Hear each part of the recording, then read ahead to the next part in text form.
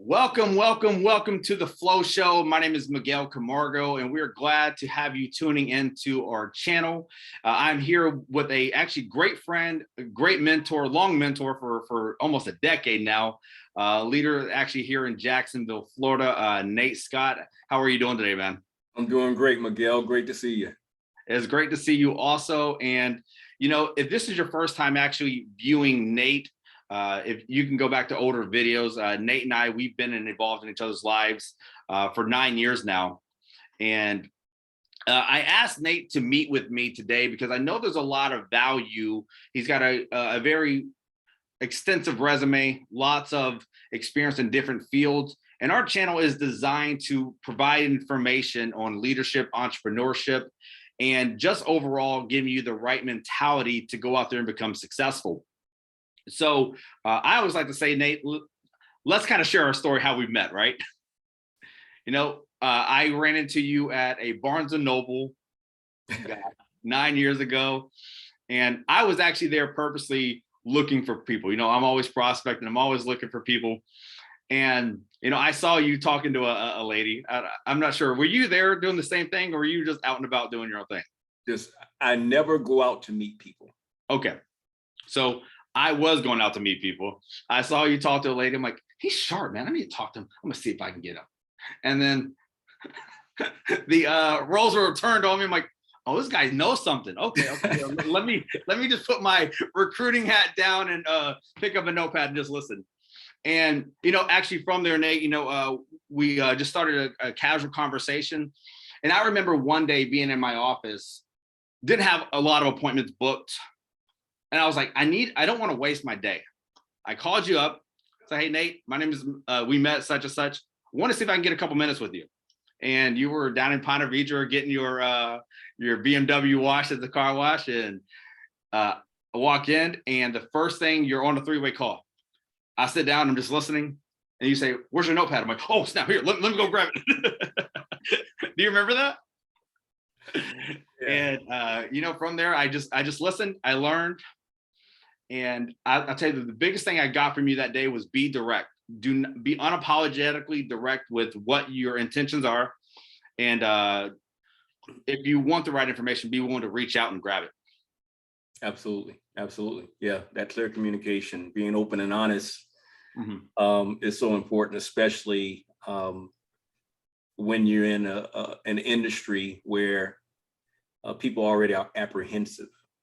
And they're apprehensive not because of you, but because of things that they may have experienced, or they may have experienced vicariously through others. And so I think the more successful people are, then the more they are protective of their time and their ability to cut through all the noise.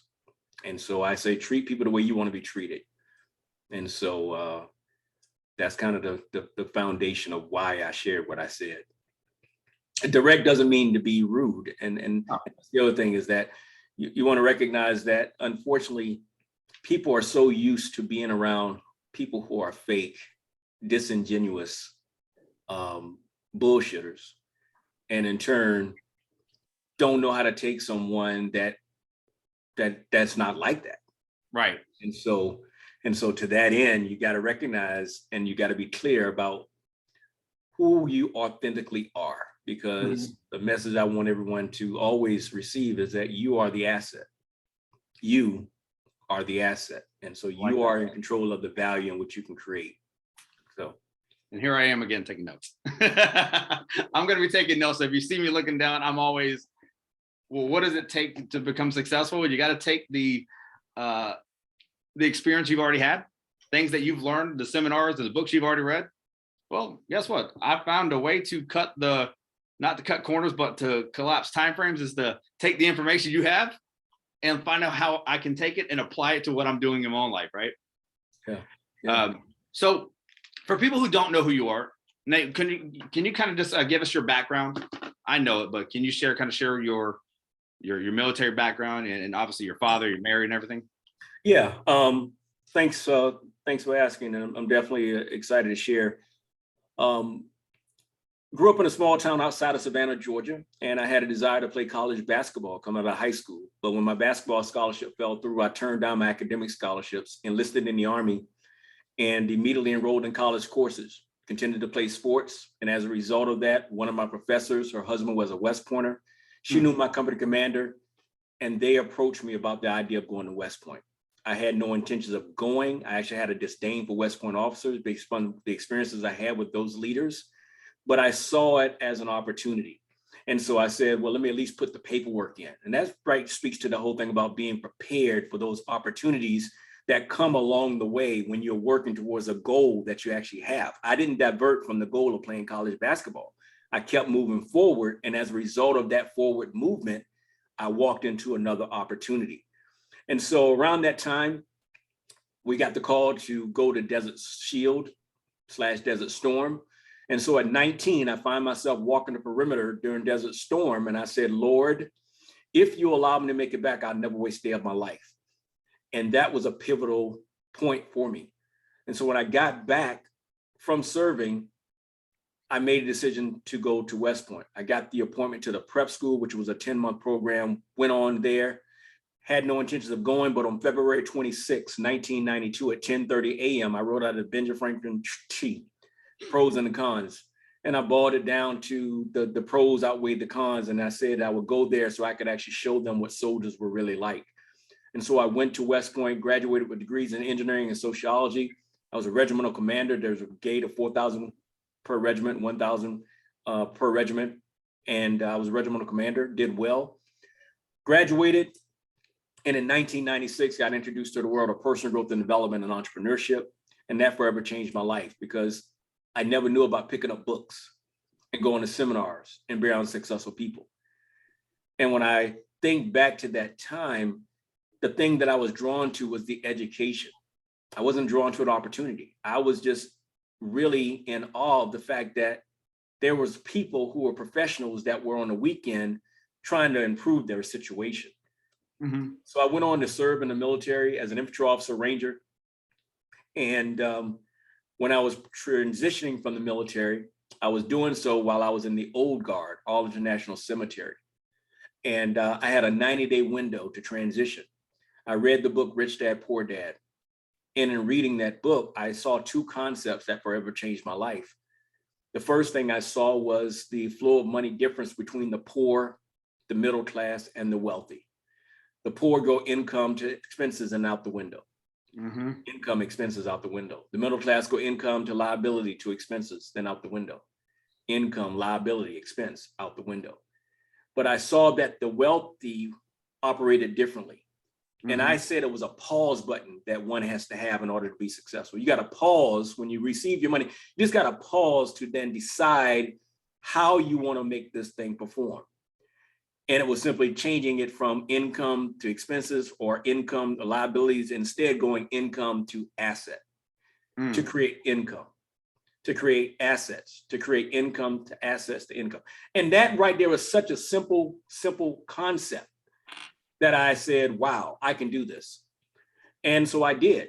In that 90-day window, I threw myself into real estate, started looking in the paper in the Northern Virginia area. I found one property, single family, a townhome. And then I continued to look, saw another property, had the same phone number. And I said, wait, this must be the same owner. So I called it, it was. Pulled that deal together and then continued to look.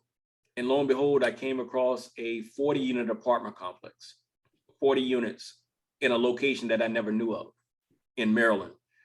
And I like to make good money off of bad numbers. So I ran my numbers on paper. It made sense. I said, if I can go look at this property and everything that I have on paper pans out, even though I don't have the money, I'll figure it out. Mm-hmm. And that's what I took, that approach. And as a result of that, I did, led to me having a great jump start on life. And from there, I started my professional career as a civilian, worked as a missile defense agency at the Missile Defense Agency, went on to grad school, got my MBA from George Washington University, financial training from Georgetown University. I did that not because of a job, but because I was interested in the subject matter. And I was preparing to have for when I had children. So I was blessed to have my daughter Nadia in August 2004. And that's what gave me the impetus to move to Jacksonville, Florida, because I wanted to get back south to get near Savannah. And I always wanted to be that dad that was around. I wanted to be near the water because I'm an introvert naturally. And I wanted to get into a field that would allow me to get around business and to apply my graduate studies. And so I accepted the position to go into financial services with UBS Financial Services, a global wealth management firm. And within a week of being at business, realized that it wasn't exactly what I thought it was going to be. But I decided to roll up my sleeves and build a book of business, and did well. And it allowed me the opportunity to also to see where there was a gap. And that gap is what caused me to write the book, Life is Rich, How to Create Lasting Wealth. It's because of what I experienced there. And so when I finished up being a financial advisor, I accepted a position to be CFO of an Inc. 500 fast growing company. And that was a mortgage and real estate technology company. We did well. So in September, we were Inc. 500 fast growing company, but then December we closed our doors.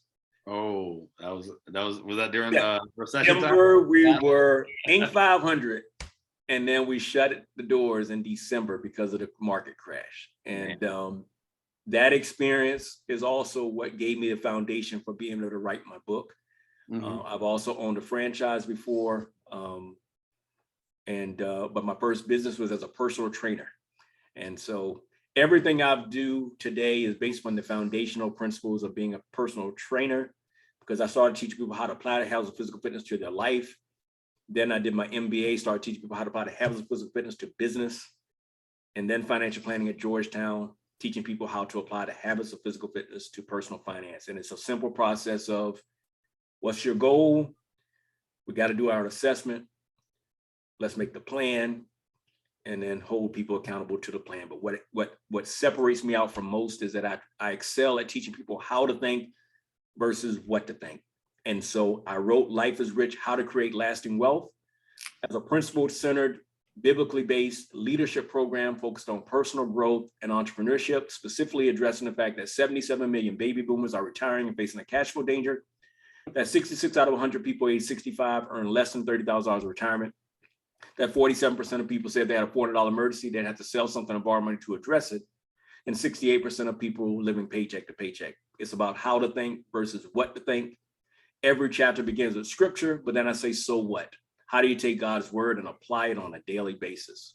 And I cover leadership as the answer, the cash flow danger, it happened to me, becoming an entrepreneur, choosing the right entity, raising capital, asset protection, protecting your financial privacy, reducing your taxes, retirement planning, residual income retirement planning, estate planning, and Life is Rich. And that book is what led me to my wife. July 8, 2015, as I was leaving LA Fitness, I passed a pink Cadillac, didn't see the person driving, saw the vehicle as a status symbol, pulled on the side of the road. And as she drove by, I flagged her down, gave her a copy of my book, said, here, read this. If you get any value from it, you can pay for it later. She went left, I went right. She contacted me on July 26, telling me she'd read it. She shared it with 30 of her directors. They all wanted it. From there, she asked me to do a conference call with 200 of her ladies. I said, bring the husbands on. After that, she asked me to do a live event. And then she paid $4,500 at that time to work with me for 90 days as her coach. We developed a friendship. And then less than a year meeting at the stop sign, we married, and we just celebrated our 6-year anniversary. Congrats.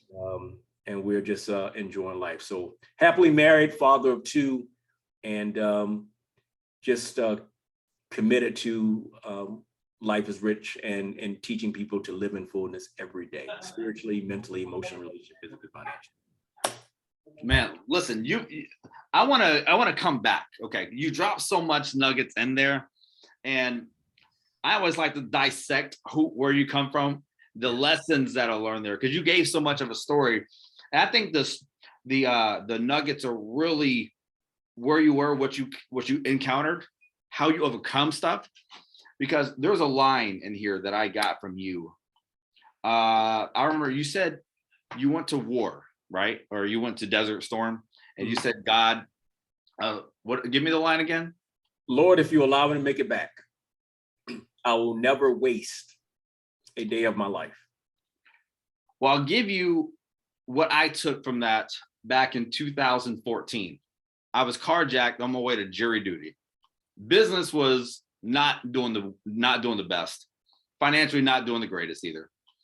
I go downtown and I get carjacked, lose everything, and all my contacts, all my follow-up books, everything. And I'm like, oh my gosh. And I'm downtown and I literally had one book. I don't know why, but I went to church the day before and I was like, all right, God, I want to be a leader. And I feel like I'm a leader in business. I want to do what's right by you. And I grabbed one book. It was called The Force of Favor by Dr. Dave Martin. I'm not sure if you remember where he used to come to Celebration to actually do some speeches. And I grabbed his book and I'm downtown and 2 tears came down my eyes. I said, God, I promise you I'll never go a day without talking about you or my business ever again. And I took that line. And I remember it wasn't trying to say I'm going to bite off that, but it was one of your stories that impacted me, right? And your other thing of I promise you I've taken from you is being in alignment with the assignment. You know? And you're probably saying, okay, well, I didn't know you took all this. No, this is what mentorship over, whether how close you are, how close you're not. We're always watching, right? We're always getting fed. So the part where you said, hey, listen, you got introduced to books, seminars, education, and you got introduced to the Rich Dad, Poor Dad. That was actually one of the very first books my dad said, hey, read this book. And, you know, my dad has built a very successful construction company in Atlanta. So Georgia boys, what's up? And what he told me at a very young age is that you got to do something. Because at the time I was working in hotels. Man, you know, I'm feeling good at 19, 20 years old, corporate world, but wasn't making a lot of money for my age. And he would come down to Jacksonville. He would go to these conferences for his company, for a network marketing company he was a part of. And he said, hey, listen, you got to read books. You got to do this. And this is before I got involved in the company that I'm a part of now. And I'm like, I'm okay. But it's funny that you could take that Robert Kiyosaki book from the 90s that when you picked it up to 2010, 2009 is when he's, hey, you better read this book. And obviously that's impacted me so much. So I love the fact is where you're talking about being prepared for success. Even though you were pursuing the college basketball, you weren't waiting for that opportunity. You weren't stalling. You were still progressing, moving forward. And if that opportunity arises, you would hop on it, I assume, right? Yeah. I mean, I was doing the work to get to that outcome. I did go to college. I did play. And then obviously other doors opened up after that, right? Which, were you drafted into the military? Or did you sign up? There's no draft. No draft. You just signed up? Yeah. Yeah. Well, thanks for your services, by the way. That's the thing. It's like, I know when people say, Nate, yeah, he's an Army Ranger. I'm like, yeah, he did something in the military. I don't know all that stuff. He has all these. He did something there. But so I always like to get inside the person's heart, right? You said you want to be a father that was active, that was in the children's lives. And you said the decisions you made prior to having kids allow you to, for the last 17, 18 years, your kids, that played a big role what you did before having kids, right? Mm-hmm. I will tell you, I'm in the same position. What I did prior in the middle of having kids, what I did for my 20s set up my 30s to be a lot more, I'd say, comfortable financially. Was that planned out, or how did that work when you were saying, hey, listen, I'm going to have kids at this certain age? Or tell me that.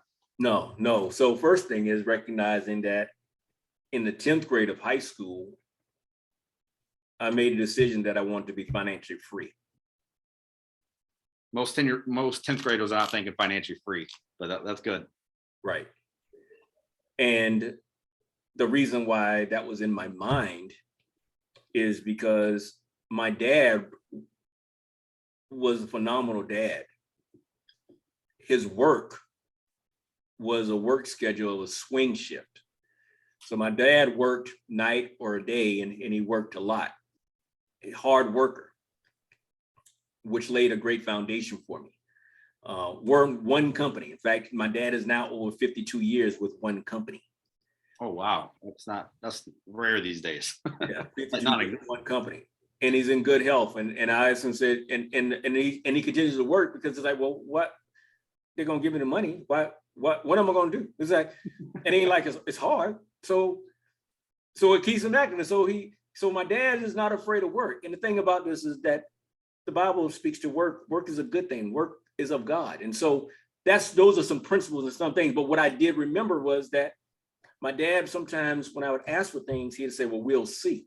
In other words, there was a delay because he was working and he needed to see whether or not, in fact, he can follow through. Because my dad would also say, I ain't gonna make you that promise because I can get hit by a car or something changed. And all you're gonna remember was daddy said.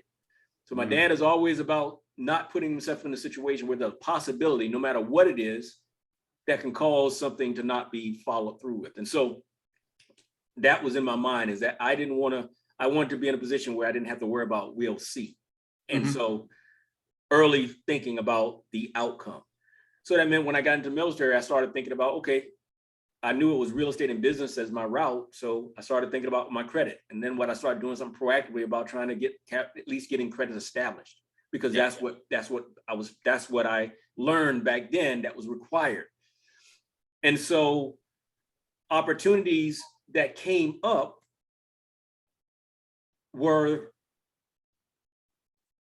I could only understand them because I comprehended them. See, opportunities are only real opportunities to people that can understand. Miles Monroe says that knowledge is information, understanding is comprehension, but wisdom is applied knowledge. I was prepared because I had developed my mind to be able to understand certain things such that I was able to do things that afforded me the opportunities to get my time, which is what was most important to me in having children. That's good. That's good. You see, I made decisions that centered around applying information that I gained, and it culminated with me reading Rich Dad, Poor Dad. And I was able to receive a simple diagram from one page that was the most valuable thing that I could say I could ever have, because no matter what the situation is, that doesn't change. Income to asset, income to asset, income to asset. And so that one single principle, I was able to receive it in a way that maybe others can't receive it, but that's because the work wasn't done beforehand to be able to understand it. Money's like a foreign land. And if you don't know the language of the land, then you can't get around. And so I knew the language and I was able to comprehend, and I was able to apply. And that's how God has gifted me, even with my coaching business, is that I am uniquely positioned because I teach people how to think versus what to think, like I did with my soldiers and taking them into battle, not as robots, but be able to say, let's talk through it. And I think also that speaks to why I can, mentor you and us never being in business together, is because I sincerely just care about your development. And the things I talk to you about are more so about making you be, ideally to be better as a result of experiencing me than without. I would agree. I mean, that's always been the very organic part of our relationship, is that, there's never been that financial incentive or financial interest or even financial gain. So which again, you'll hear me say this: the mentee needs the mentor just as much as the mentor needs the mentee in certain areas. When I first met you, I'm like, I don't have nothing to offer this guy. I was like, I can be coachable. I got time. I can listen. And that stuff definitely has never gone under. I've always taken it in personally, whether you've seen it, the fruits of it personally, or seen it out there. I promise you, I've taken those into account. I actually love to jump into the book right now. You wrote the book back in 2013, or was it? Yeah. And I remember getting the signed copy, boom. And the name being on there. I actually gifted this book to one of our teammates probably about a year ago or something like that. And so in the book, you go over your story, you kind of go over what your mission is. You start every chapter off with a Bible verse.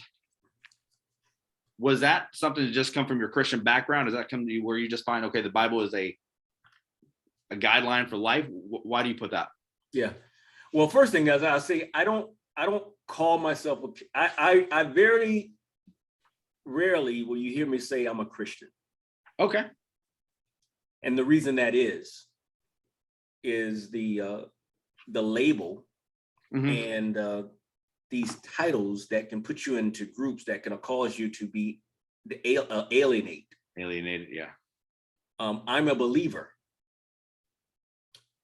I'm more of a believer than anything because I see people with the title of Christian and they don't look like, act like, be like me. If I look at the history of Christianity and I look at what it's done to communities, yeah. It's like that doesn't work. But I'm a believer. I follow Christ. I take God's word, and that's what it is. And so the reason why is because I took that vow. I said, Lord, if you allow me to make it back, I'll never waste a day of my life. One of the things that's most common, oftentimes heard by people when opportunity is presented, is they say, let me pray about it. Let me think about it. I'm like, what you been doing up to this point? So I wrote it like that to say, okay, let's go ahead and get this out of the way so that you understand that I'm someone that is focused on godly success. And I'm giving this to you. If you have been practicing, then you ain't got to go back to pray about it. Because if we're talking, then I probably was brought to you for a reason. So read these scriptures so that you can make sure that you begin with the end in mind. Seek ye first the kingdom of God and all of his righteousness, and all things thereafter shall be added unto you, which is what Life is Rich is built on. We go back That's to the whole reason for it. 33. That's the reason for it. It's like, hey, let's go ahead and, so if you can get that done, then there's no reason why you should not have all this promise. Because if you're a believer, then you know that you're an heir, because life is rich means I live in fullness every day because I realize I'm Christ's heir. And as an heir, the Father has everything for you. So if you believe that, then all you got to do is do your part. For sure. Your capacity. So that then you can be prepared to receive those things which you say you're asking for. That's huge. You ever, I mean, because I always love on my Facebook page where people say, I affirm this, I claim this in the name of God.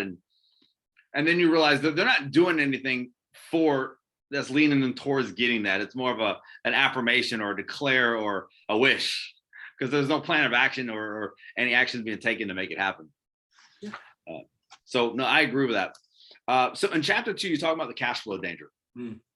Let's actually go into detail there. I mean, let's get our audience. What is the cash flow danger when you see that? The cash flow danger are those things that you didn't plan. It's that divorce. It's that job loss. It's the market crash. It's the illness. It's the recession. It's inflation. It's those things that can take that person that spent 40 years working, putting money in a 401k, ready to retire, and then all of a sudden being unable to retire because if they sold stuff, they wouldn't be able to have the income. Correct. It's the unexpected danger that no one is talking about.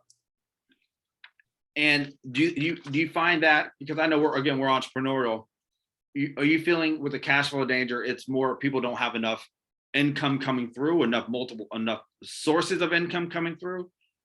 Maybe a little bit of both? No, I will say they don't have a vehicle. They don't have cash flow, something that in turn that provides repeat income. Okay. Predicated on doing something one time and then getting something on a reoccurring basis that is able to grow beyond them. So, and that's sellable, willable, transferable. So there's several different things in there. I understand what you're saying. But it's got to be something that allows a person to have stability in up or down markets. And when I take people through a simple 7-question analysis of their situation, the whole point of that is to simply say, do you really have enough? And do you have the opportunity to create enough? And I'll say that I learned this firsthand when the market crashed and I had this 40-unit apartment complex. I ended up having people that were losing their jobs and not paying their rent. And that came back to me. Yeah. So I carried that property for 3 years. But it got to that point where I was like, this doesn't make any sense, because it was throwing good money after bad money because of the fact of what was being done.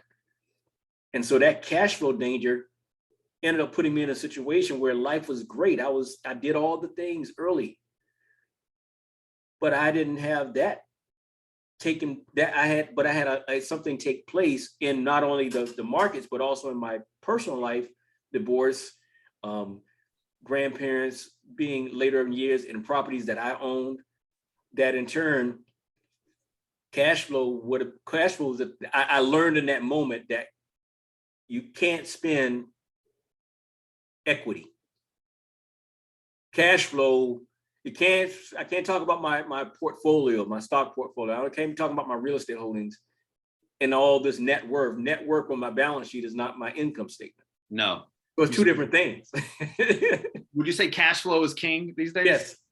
Cash flow is king, right? Yes. Because I mean, I would tell you that. I mean, that's, again, you can't spend next month's income if it ain't even come in yet. I mean, you got to like when you say the word repeat income, and I know what you mean by that. A lot of people use that word loose. No, they don't use the word repeat income. No, they say residual income. Passive residual income so loosely these days that just because it's out there, it's like a book. A book could be repeat income, but we know there's not stability in every season of that. So you're talking about finding a business model that is a need that's not going anywhere, that everyone could afford. People are already buying it anyways, right? Mm-hmm. Yeah.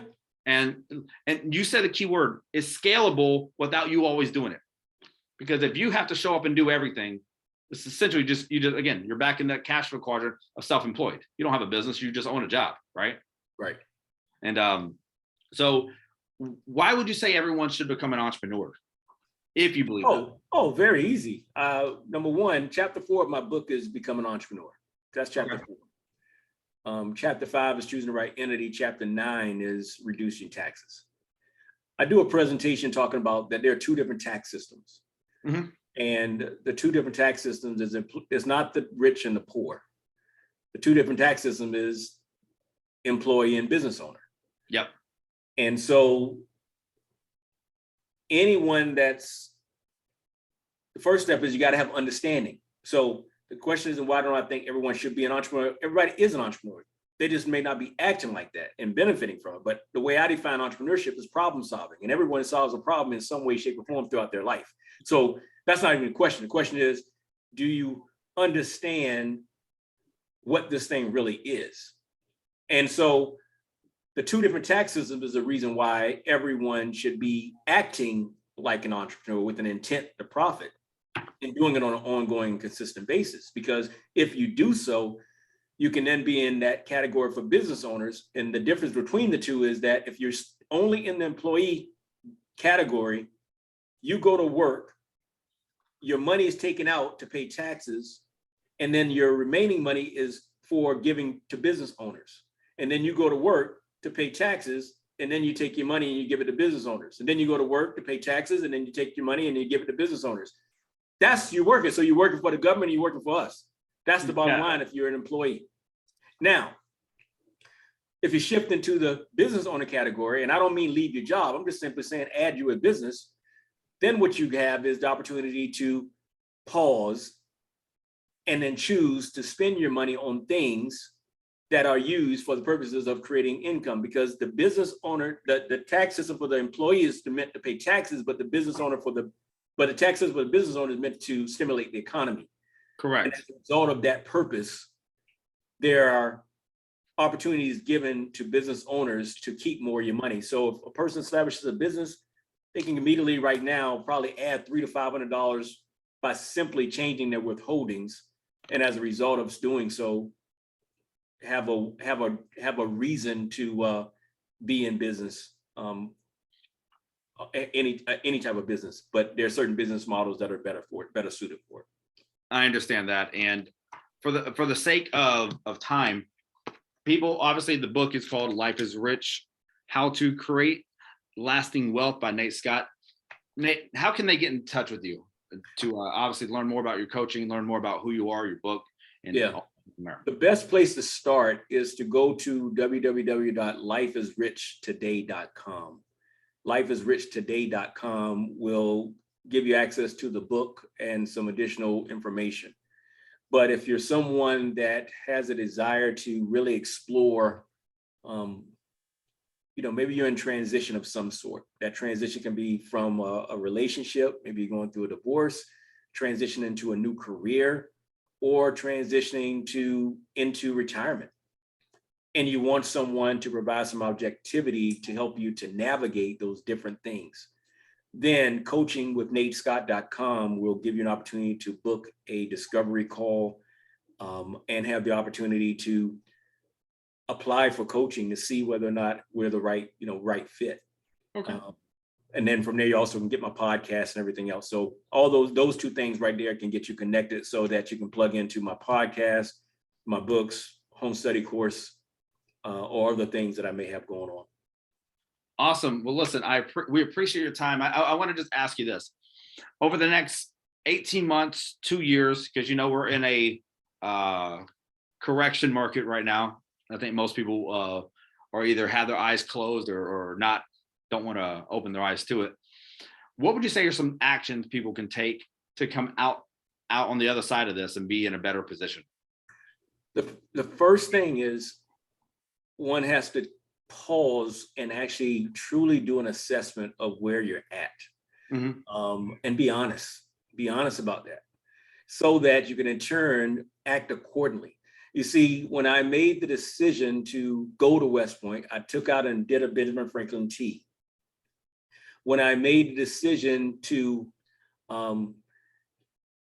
pursue that 40-unit apartment complex, although I didn't have the money, I ran the numbers on paper.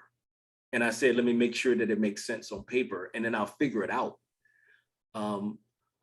Every step forward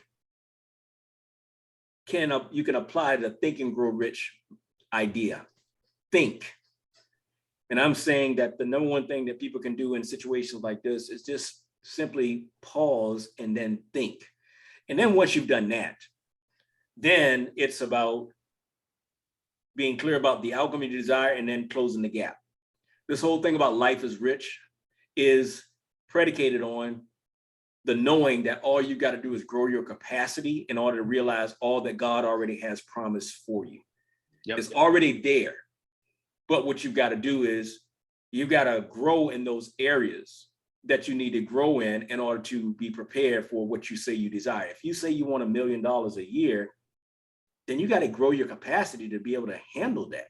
That's a different person. So it's not anything that's out of reach. It's just that you may have to then get there and make the investment in the resources to help you to close the gap. The last thing I'll tell you is a story in that if you think about the story of the movie Pursuit of Happiness with Will Smith acting as Chris Gardner, where a white guy came up in a red sports car and he stopped him and he says, I've got 2 questions for you. What do you do and how do you do it? Well, that scene has a process that I invite everyone to take. Number 1, identify someone that has that which you desire, or at least you think they have what you desire.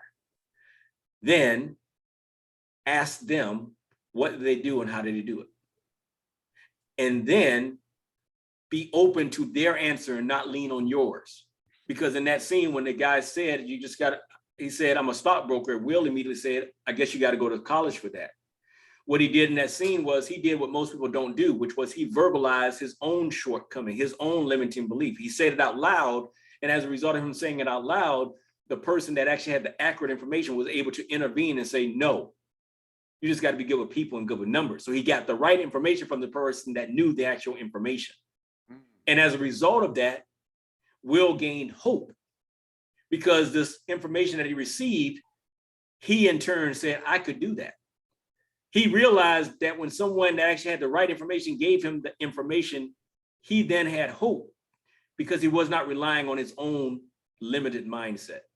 And that right there, my friend, is what I would tell everyone to do, is to first do the assessment, then go out and find someone that has what you desire, and then be open to the information that they give you and then execute accordingly. And as a result of that and repeating that, you'll find you can experience a rich life. That is awesome. I'm having a revelation right now, or I think that's the word. So in my business, I'm always interviewing. I'm always talking to young and experienced people, right? And they're always, in my early career, I would interview all these young college students, and they're saying, I'm going to go to school for this, and I'm going to go become this. And the questions you're saying is exactly why I started this channel, is find someone doing what you want to do and ask them the hard questions. Ask them the questions. Like, how did you do it? Is it still worth it? Would you do it all over again if you had the same outcome? Which is, again, coming where we are, it's find someone, a mentor, again, people who have a honest interest in you, whether it's personal gain or not, and just listen to what they're going to say. Be coachable to what they're going to say, even if you don't understand all of it from day one. Don't always look for I need to know everything now. It's trust the process, like on the back of your board says, trust the process, because on the outcome, I mean, I've been down this journey as in my business for 12 years now. I didn't know I would be here 12 years ago, that I started a process and found mentors and was coachable to my leaders. They said, if you go do the work, you're going to get this outcome. It's up to you how fast that outcome happens. And that is essentially a real life example of what you're saying. Because I mean, you've seen me grow over the last 9 years, from no facial hair, no kids, and then gosh, a little bit of everything now. But I appreciate your time today, and I appreciate you giving our audience a lot of nuggets there, because I hope you guys don't take this for granted, that people don't have to give you their time and resources, but there are people out there that do want to pour into you. All the books have already been written. You just got to pick it up. All the audios have already been recorded. You just got to pick it up and listen to it, and be willing to apply that information to the career or the field that you want to specialize in. So for everybody that is, as you're still watching this, make sure you subscribe, like this video, and share it with someone that gets value out of our conversation. We're not here just to speak. We're here to bring value to our community. And remember, be great, because it's the only thing that pays. I got that from my boy, Grant Cardone. I continue to always preach his stuff, because I feel he was a mentor from a long way from me. But guys, have a great day. God bless you. And again, stay tuned for the next video. We'll talk to you soon.